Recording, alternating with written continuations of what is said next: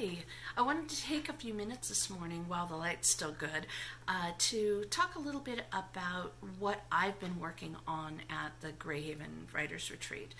As I said earlier, kind of the paradigm behind this retreat is that we come together, we all spend the daytimes working on our independent projects, kind of weaving in and out of the common area and going back to our little nooks to write or edit or brainstorm, whatever it is that we're working on.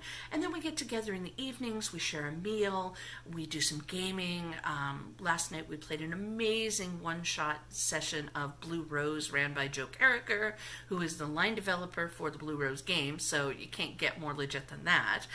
That was incredibly fun, and this evening I think we're going to be playing some Illimat, which is a board game that was inspired by a video by the Decemberists, which is an amazing musical group, and the Decemberists actually hired Keith Baker, who's one of the folks who was at the retreat this weekend, to create a board game that that reflected what they were attempting to show in their video, at least as far as I understand the background of the game. Anyway, I have watched people play it before, and it looks like a lot of fun, very, very intriguing, and I love the aesthetic of it. And we're going to play it tonight with Keith, which is, again, can't get much more legit than playing a board game with the person who created it.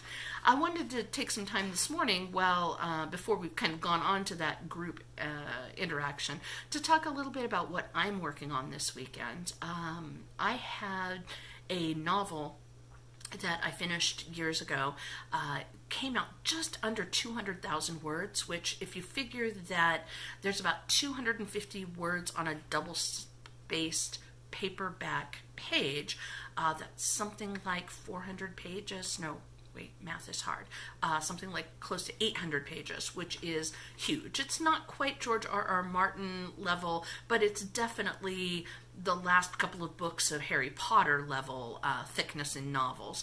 And after shopping it around in New York, we really just discovered that it was maybe too big of a story for one book. And so luckily there's an amazing ending space, or not ending space, a dividing space, where the protagonists move from one area and really one stage of the story to another and another stage in the story that made a really great dividing place.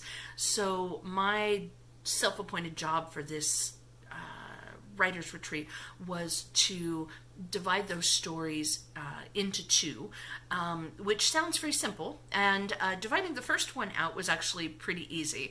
I spent the first day or so rereading over the novel because I hadn't opened it up and reread it in quite some time, and I wanted to make certain that it still was the story that I wanted to tell and that I still was in love with the characters, which luckily I was, so that was a wonderful, I don't want to say surprise, but at least it wasn't a disappointment. And the first story, tearing that out and kind of hemming the edges to make it a complete story on its own and tidy it up, was not that much work.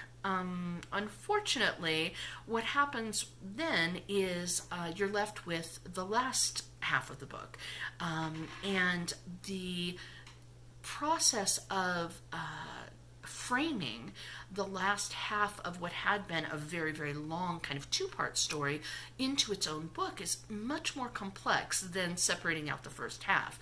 There was a lovely ending spot that was the end of a chapter in the first half of the book, which also made a very nice ending spot for the first book once the two had been separated out.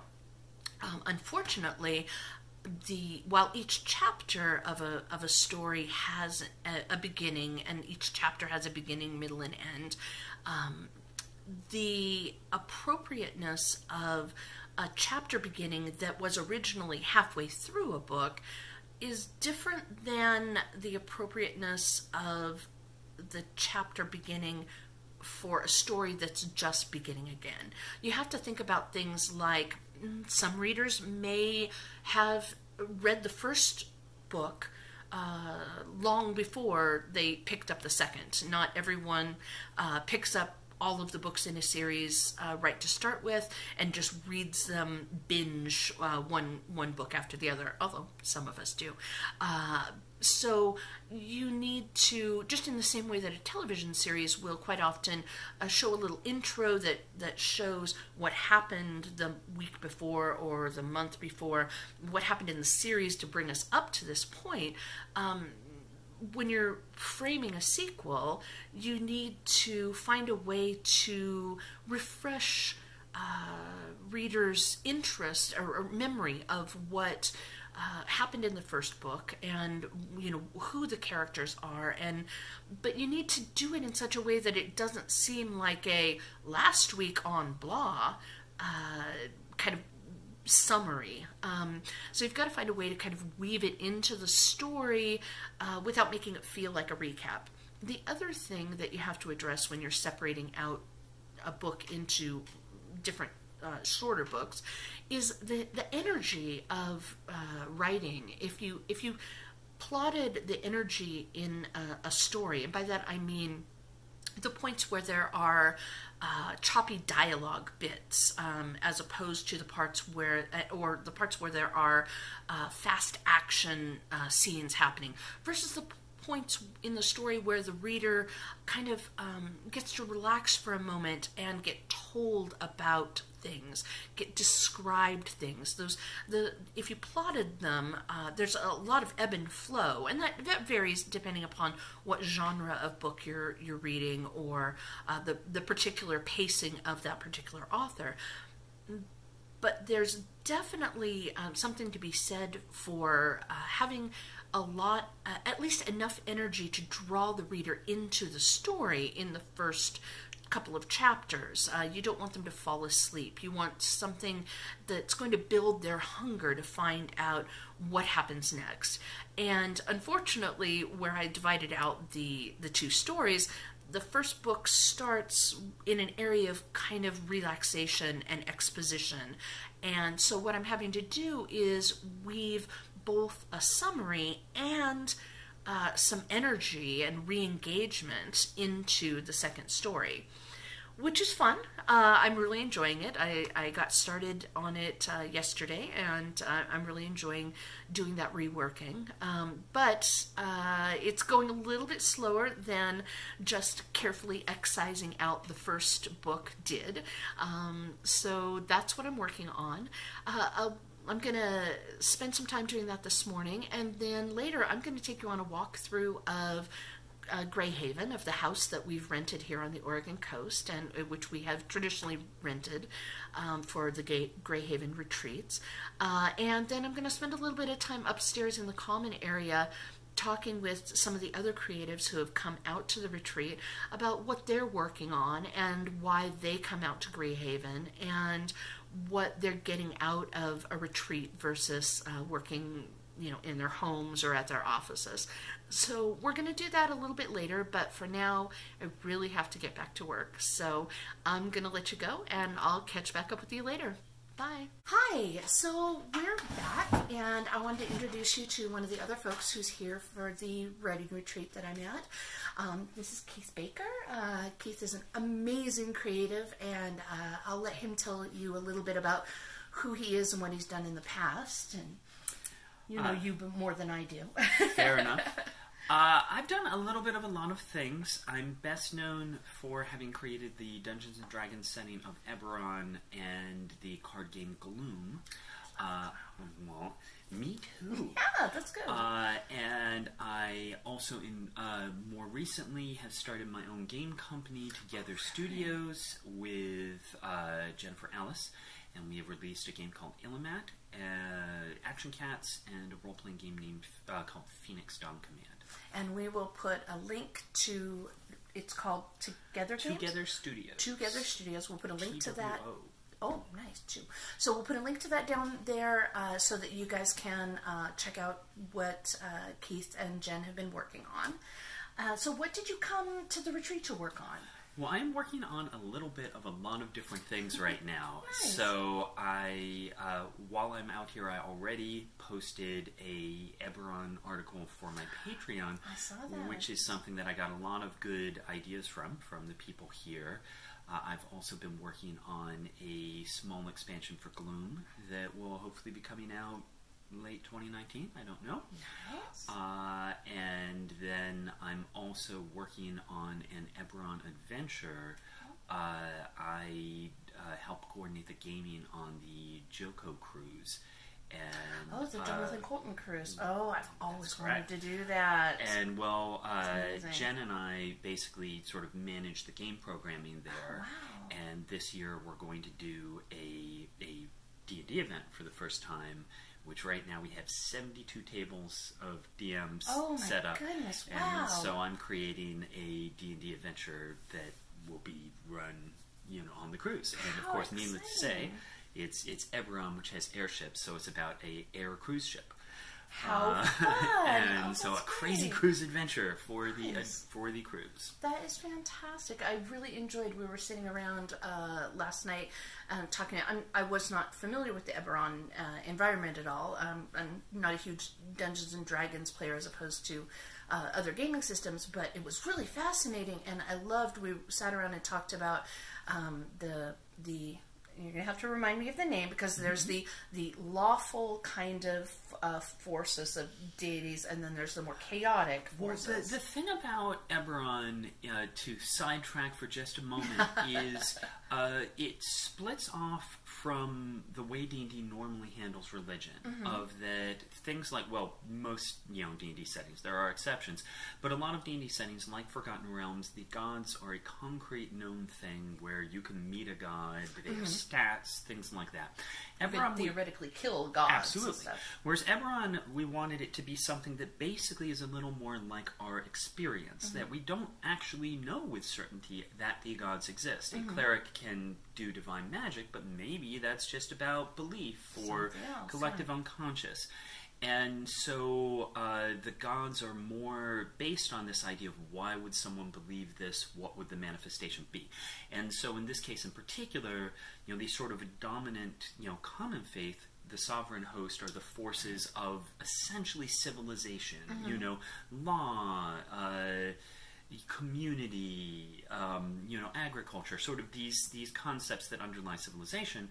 But on my website, I've been writing about the Dark Six, who are the sort of negative, treachery, sort of negative emotions, the destructive power of nature. And essentially people have been saying, well, why would anyone actually sort of revere those? If they weren't mustache-twirling evil. Exactly. And so I've been writing about that. And again, as I say, it is one of those things that's sort of interesting to say. We were talking about... one of the characters is essentially the patron of vengeance, and we have a lot of really good ideas about how could that manifest within the world. And that was really fun. That was the Fury, right? That was the Fury. That was amazing. And one of the things that came up out of that conversation was this idea that if you're seeking vengeance, that there's a thing where you take a red candle, put the name of the person you want vengeance on, and place it in your window. And as a sort of invocation of the fury of please avenge, this thing. And again, to me, as a game master, I love this image of adventurers riding into town and seeing, a host of red candles in the window. That's just a neat in-game world to say, ooh, this is a place where there's some problems. Somebody's been doing something wrong. And with it is the idea that in doing that, that is a point that you're saying, I don't believe the law is going to get me the vengeance, sort of the justice I seek. And that you are just basically saying, if I do this, I don't know how it will end. I'm setting this in motion. I'm asking the Fury for vengeance. But basically we're saying this could be Shakespearean tragedy, who's going to die on the way to me getting what I've asked for. And once I set it in motion, I don't know. Control. And so that kind of thing, it's certainly the point that I have been thinking about Eberron for 14 years. I have lots of ideas, but it's always when you sit down with a group of creative people and just sort of say, what can you think of things like that detail. I don't think I would have thought of that on my own, but it was really, great just people amazing. Bouncing it around. Yeah, that's fantastic. So I found that one of the best things for me of coming to these retreats is being able to do that kind of ongoing collaboration, brainstorming, everybody kind of throwing little bits and pieces out, and we get, a lot of us have one or two people that we might be able to do that with, maybe online, or who we get together with once in a while, but having a couple of days where you're living in the same house, you're eating meals together, you're all of our crazy creative schedules, there's always somebody here who's awake at the same time we are to pick brains with and that kind of thing. What so far, this is your first Greyhaven, right? Yes, absolutely. So what have you so far gotten out of that? Is that Well, I mean, a couple different things. So, like, that, for example, is a very concrete. I was working on the article, and I had the basic ideas, but I'm like, I want a little more something here. And that we were just all at the table working, and I just said, anyone got ideas on this? And, it was that ability to just, and once it had, that was basically like 15, 20 minutes of conversation, and then I just went and finished the thing. Mm-hmm. But it was like just that, in that moment, I'm like, I could use some ideas, and boom, ideas are right there. Likewise, the Gloom thing I'm working on, it was the same thing of just sometimes you're just feeling, like, okay, I've got a basic list and I like them, but could people come up with other things? And also just that sort of reinforcement of, even if you have an idea you like, being able to say to a group of other people whose creativity you respect, what do you think when you think of this? It's just a good, as I said, even if you're not looking for new ideas, being able to get that sort of confirmation that, people think that's cool. Or, yes. Or that, potentially someone could say, oh, have you realized that could come across that doesn't... this way? Or, yeah. I mean, basically, we were talking about book titles the other day, and the point was there was a book title that a lot of people liked, and I was saying, but when I hear that, it doesn't really... I don't know what I'm thinking of. And it's just that sort of point of, the chance essentially to hear someone other than you. Yeah. And say, I hadn't considered this might be how that is. Yeah. Beyond that, I really enjoyed, we played a round of Blue Rose the other night, which so good. Is something that Joe and Crystal are very involved with. But the point is, it's a game system. I actually own it, but I've never played it. You only have so much time. Yes. And so it's just that, again, getting to interact with people who are working on things that you aren't, and to experience that, or again, just as I talked about the Fury and got feedback on that, these same times when other people were discussing their ideas, even if it's not directly relevant to what I'm doing, it's always that thinking about the sort of broader world of fantasy and speculative fiction is always a way to get just more ideas moving. Yeah, definitely. One of the things that I've been talking about as I've been vlogging about this is the idea of refilling the well, and how it's really easy when you're constantly doing creative outputs, it's really easy to not take the time to do whatever it is you need to do to re-spark that. And you can get some sort of that feedback through more passive things like movies and books and that video games and that kind of thing, but being able to share that spark with other creatives and see. There was a point last night when we were up sitting around the dinner table where I'd said something about, oh yeah, I did this with the novel that I'm working on, and I saw Erin's eyes just light up, and that was so affirming for me. Like, oh, I hit an idea. Not that somebody was like, oh, that's a cool idea, but that really, at that point, I felt like she wanted to know more, and that really re-inspired me to go back down and work more on it, because I wanted to give her more. So that was really, really cool. No, I absolutely agree, and part of the point to me on the Blue Rose game, for example, is, again, like I said, I own the book, and I could have read the book, but that's a very different experience than actually not only playing the game, but playing the game with some of the people who actually worked on it and really getting that sense of this is how they see the world. Like, this is what they want it to be. And I mean, admittedly, we kind of, you know, dialed that up and went crazy. Kind of crazy. But there were flying crocodiles and giant bears. It was amazing. But you still, it was still to me very much seeing the foundation of this is what this world is like. And one of the things that was interesting to me is that it is a game based on romantic fantasy, you know, Mercedes Lackey, those sorts of stories, which is a different kind of story than the traditional classic D&D. And that was just kind of fun to stop and say, okay, D&D is sort of this particular kind of thing. But this is a world that has magic and swords and all of that, but it can be about a totally different kind of story. I loved that. And, you know, for me, I'm a big believer in you know, system is one thing, but it's all about the stories you want to tell. And so as I am creating adventures and such, I love just being able to think about, okay, but what if it was, you know, again, pushing more in the romantic direction than a dungeon crawl or something like that. I'm really looking forward tonight. Keith has promised to run us through a game of Illimat, and I am super excited about it. I've had the chance to watch it, but not actually play it. And again, being able to, as I was watching you teach other folks how to play it, being able to ask questions like, well, why is this called this? And why did you choose this kind of a scoring system versus the other? And you don't, you can play the game 100 times, but you won't get those questions answered. And it was just really a unique opportunity to interface with the person who had created it and why did you make these choices. I'm really looking forward to that. Well, and another thing that I'm looking forward to that a couple of people have expressed interest in doing later tonight is I was working on a setting a few years back that was sort of not particularly for anything. It was like, this could be a fantasy role-playing thing, it could be fiction, but what I ended up doing was creating a fiasco playset for this particular location. And I ran that a few times, and basically I've then sort of recently picked that up, revamped it, and brought it out. And have you played Fiasco? I have just once or twice at conventions. But part of the point of Fiasco is it is people collaboratively building a story.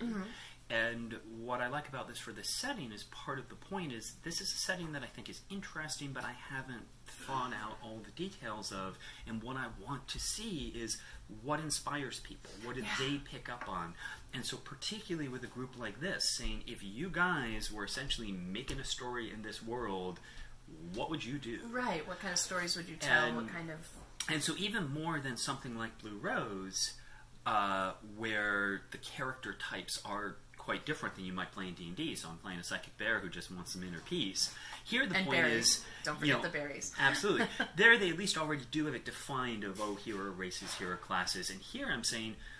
I don't even know, like, would you play a warrior? Or would you want to play a, you know, shopkeeper? Right. Or an urchin? You know, and so I want to see what people do with that setting. And again, as I said, especially with a group of people like this who are storytellers. It's very different from just happening to grab a couple of friends and throw something together. So I'm very excited to see. That's wonderful. I'm very excited about that too. So this is your first Greyhaven. Are you going to come back? Oh, I'd certainly love to. Yes. Awesome, wonderful. Thank you very much for meeting everybody. And again, Keith Baker will put all the links to his works down below so that you can check out the amazing things that he's doing. Thank you very much for talking with my friends. Thanks for having me. Hi guys. Thanks for watching part 2 of my Greyhaven Writers Retreat vlog. It was great talking with Keith Baker, and as I said in the interview, I'm going to be putting a link down below so you can check out all the cool creative things that Keith's working on right now. Be sure to go ahead and like and subscribe to this channel and hit that bell so that you will get notified when the next episode comes out, because part 3 of this vlog is going to include interviews with Crystal Fraser and Aaron M. Evans, whose names you may well know from the role-playing game industry. We'll talk about what they came to the retreat for and what they've been working on most recently, and I really don't want you to miss that. Thank you again, and we'll talk to you soon.